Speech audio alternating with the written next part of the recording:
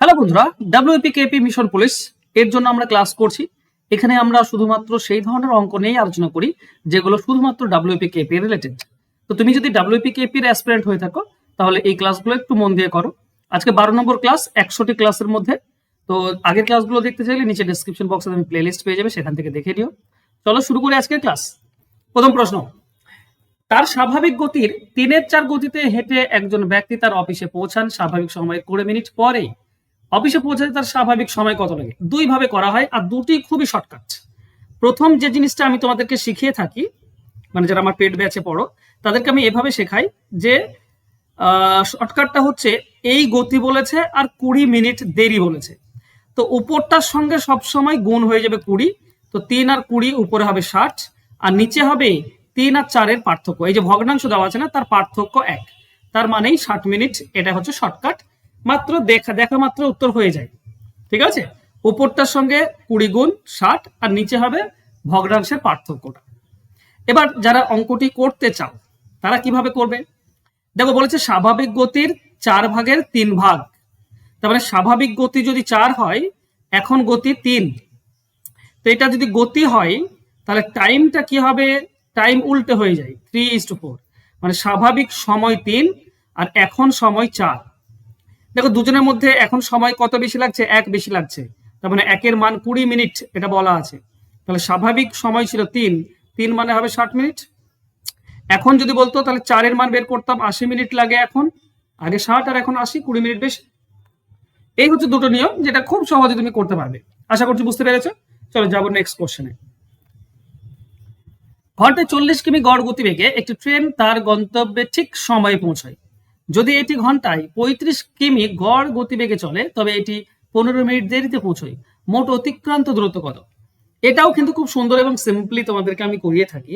যখনই দুটো আলাদা আলাদা গতিবেগে আলাদা আলাদা সময় বলা থাকবে, তখন দূরত্ব যদি চাই তাহলে মনে রেখো গতিবেগ দুটি উপরে গুণ হয়ে যাবে আর নিচে বিয়োগ হবে। মানে 35 আর 40 উপরে গুণ আর 35-40 নিচে বিয়োগ, মানে 5 ইনটু টাইম ডিফারেন্স। সময়ের পার্থক্য কত? সময়ের পার্থক্য 15 মিনিট, এটুকু পার্থক্য রয়েছে। আচ্ছা, এগুলো দেখো ঘন্টায় করা আছে, কিলোমিটার প্রতি ঘন্টা। তো এখানেও ঘন্টা করো, 60 দিয়ে ভাগ করে মিনিটটাকে ঘন্টা করে নেবে, বাস হয়ে যাবে আমাদের উত্তর। দেখো 20 দিয়ে কাটলে 2, এটা 20 দিয়ে কাটলে আমরা 3 পাই। 3 আর 5 15, আর এদিকে 15 কেটে যাবে। তো 2 আর 35 মানে 70 কিলোমিটার, এটা হবে উত্তর। অ্যান্সার হবে অপশন বি। সহজ না? জাস্ট এটুকু মনে রেখো যে উপরে গুণ হয় নিচে বিয়োগ হয় ইনটু টাইম, বাস হয়ে যাবে উত্তর। Next question.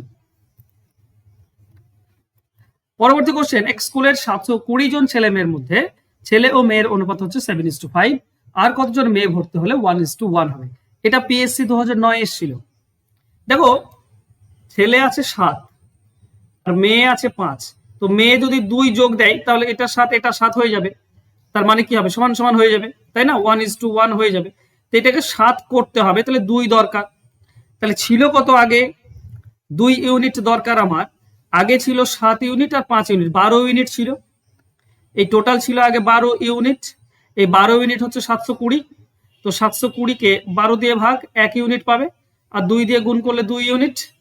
চলো 12 6 72 মানে 60, 120 2 ইউনিটের মান, মানে 120 জন মহিলা যোগ করতে হবে, তবেই 2 ইউনিট হবে আর দুটি সমান হয়ে যাবে। তো 120 অপশন বি হবে উত্তর। রেশিও মেথড সব থেকে সহজ। চলো নেক্সট কোশ্চেনে যাবো। একটি পাইপ দ্বারা একটি ট্যাঙ্ক 3 ঘন্টায় ভর্তি হয়। দুটি নিকাশি পাইপ দ্বারা 7 ও 10 ঘন্টায় খালি হয়। যদি 3টি পাইপ একসঙ্গে খোলা হয় তাহলে কতক্ষণে ট্যাঙ্কটি ভর্তি হবে? মনে রাখো এটা আরআরবি 2006 এসেছিল। তো এখানে 3টি পাইপ আছে, 2 জন বের করে 1 জন ভর্তি করে। তো 3 জনের টোটাল আমাকে লসাগু বের করতে হবে। 7 10 70 3 210, এটা হচ্ছে লসাগু। আমরা যদি 3 দিয়ে ভাগ করি তো 3 জনে 3 ঘন্টায় করে, তো 3 দিয়ে যদি আমি 210-কে ভাগ করি তাহলে পাই 70। তার মানে 3 জনে মিলে করে 70 ভর্তি। এবার দেখো এ খালি করে, এই খালি করে, তো খালিগুলো বিয়োগ করে দাও। মানে 7 দিয়ে 210-কে ভাগ করে দাও 30, আর 10 দিয়ে 210-কে ভাগ করে দাও 21। এই দুটি বাদ দিয়ে দাও, কারণ এই দুটি খালি করে, তাই না? এই দুটি খালি করে তো বাদ দিয়ে দিলাম। তাহলে টোটাল 210, 70 থেকে 51 বিয়োগ, তার মানে হবে 19। বিয়োগ করলে কত হয়? 19 1 কে 19, থাকছে তোমার 2, তাহলে 20, 19 1 কে 19, ওকে, 1/19, 11 পূর্ণ 1/19, অ্যান্সার হবে অপশন সি। আশা করছি বুঝে নিয়েছো। চলো যাবো নেক্সট কোশ্চেনে। 3 জন পুরুষ, 4 জন মহিলা এবং 6 জন বালক 7 দিন একটি কাজ করতে পারে। একজন মহিলা একজন পুরুষের দ্বিগুণ এবং একজন বালক একজন পুরুষের অর্ধেক কাজ করে, তাহলে কতজন মহিলা কাজটি 7 দিনে করতে পারবে? দেখো ব্যাপারটা একটু বোঝো, এবং দেওয়া আছে। ওকে, 3 জন পুরুষ, আমি সবগুলো যদি পুরুষ করি, আচ্ছা সবগুলো মহিলা করি, কারণ কতজন মহিলা চেয়েছে, সবগুলো মহিলা করো, ঠিক আছে। বলেছে কি একজন মহিলা একজন পুরুষের দ্বিগুণ কাজ করে, পুরুষের দ্বিগুণ মহিলা কাজ করে, মানে পুরুষ অর্ধেক কাজ করে। তা 3 জন পুরুষ মানে 1.5 জন মহিলা অর্ধেক কাজ করে। এটা বলছে একজন বালক একজন পুরুষের অর্ধেক, একজন পুরুষের অর্ধেক হচ্ছে বালক, তাহলে 6 জন মানে অর্ধেক পুরুষ, 3 জন পুরুষ। আচ্ছা 3 জন পুরুষ মানে 1.5 জন মহিলা, এটা তো আগেও আমরা বের করলাম। আশা করছি এটা বুঝতে পেরেছো। যদি বুঝতে না পারো তো আমার কথাগুলো ভালো করে শুনবে, দেখবে ইজিলি পারবে। দেখো আমি আবারও বলছি, 3 জন পুরুষ মানে কত? 3 জন পুরুষ মানে 1.5 জন মহিলা। এখানে বলাই আছে একজন মহিলা একজন পুরুষের দ্বিগুণ কাজ করে, মানে মহিলা দ্বিগুণ কাজ করে, তাহলে পুরুষ অর্ধেক হবে, ঠিক আছে। আচ্ছা দেখো 4 জন মহিলা দেওয়া আছে, 4 জন মহিলা মানে তো 4 জন মহিলা, এখানে কোনো সমস্যা নেই।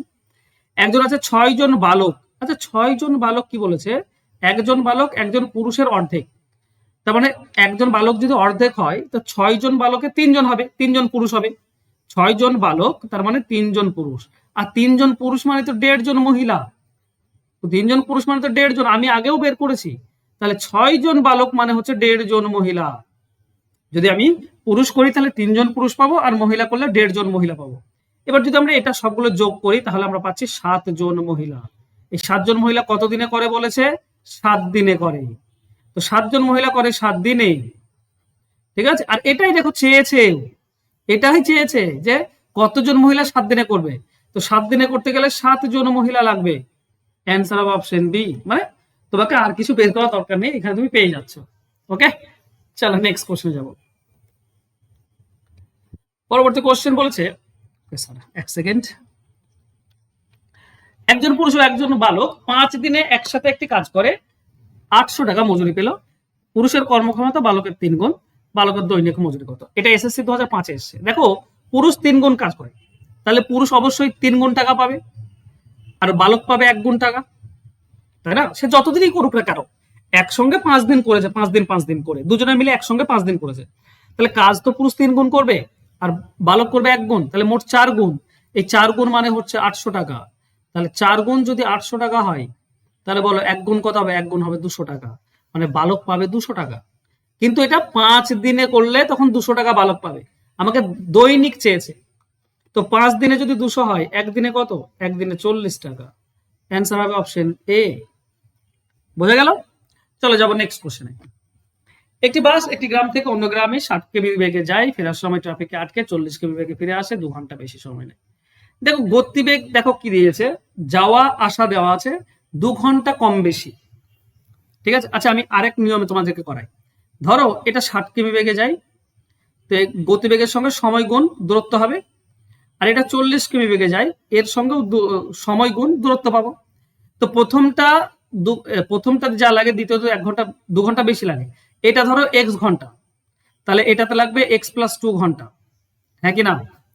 এই দুটি দূরত্ব তো সমান, তো এটা 20 দিয়ে কেটে দাও 3, এটা 20 দিয়ে কেটে দাও 2, তার মানে এটা 3x সমান সমান 2 গুণ করলে 2x প্লাস 4, 2x কে এদিকে নিয়ে এসো, তাহলে x সমান 4, x এর মান 4 মানে সময় 4।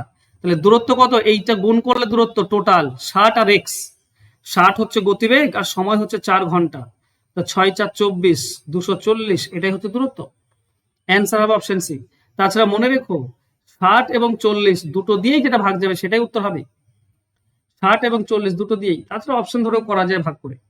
নেক্সট, একজন বালক একটি নির্দিষ্ট দূরত্ব কত ঘন্টায়? আচ্ছা 1 ঘন্টা 30 মিনিট অতিক্রম করে, সেই দূরত্বের 2/3 4 কিমি বেগে আর বাকি বলেছে 5 কিমি বেগে। ওকে, দেখো 2/3, 3 ভাগের 2 ভাগ, তবে টোটালটা যদি 3 ভাগ ধরে নেই, তাহলে প্রথমটা হচ্ছে 2 ভাগ আর তারপর এটা 1 ভাগ। এবার এটা গিয়েছে 4 কিমি বেগে 4 দিয়ে ভাগ, এটা 5 কিমি বেগে 5 দিয়ে ভাগ, সময় পাবো। দূরত্বকে গতিবেগ দিয়ে ভাগ সময়, তাহলে এই দুটি সময় হচ্ছে 1.5 ঘন্টা, 1 ঘন্টা 30 মিনিট মানে 1.5 ঘন্টা। বাস এখান থেকে আমাকে অ্যান্সার বের করতে হবে। চলো এখানে আমরা 20 লসাগু পাবো। 4 এর জন্য 5 মানে 10x, 5 এর জন্য 4x সমান সমান 1.5। এখানে টোটাল হচ্ছে তোমার 14x সমান সমান 20 আর 1.5 গুণ করলে 30 হয়, 2 দিয়ে কাটলে 7, এটা 2 দিয়ে কাটলে 15। x এর ভ্যালু হচ্ছে 15/7, ঠিক আছে, আর পেলাম না। হ্যাঁ 15/7, যাই হোক এখানে 3x এর মান বের করবো কারণ দূরত্ব ছিল 3x, তার মানে 3 ইন্টু 15/7, তো 45/7 পাচ্ছি আমরা, 45 মানে 7 6 42, 0.7 দিয়ে করলে 7 4 28, ওকে 6.4 পাচ্ছি, 6.4 অপশন ডি হবে উত্তর, ঠিক আছে।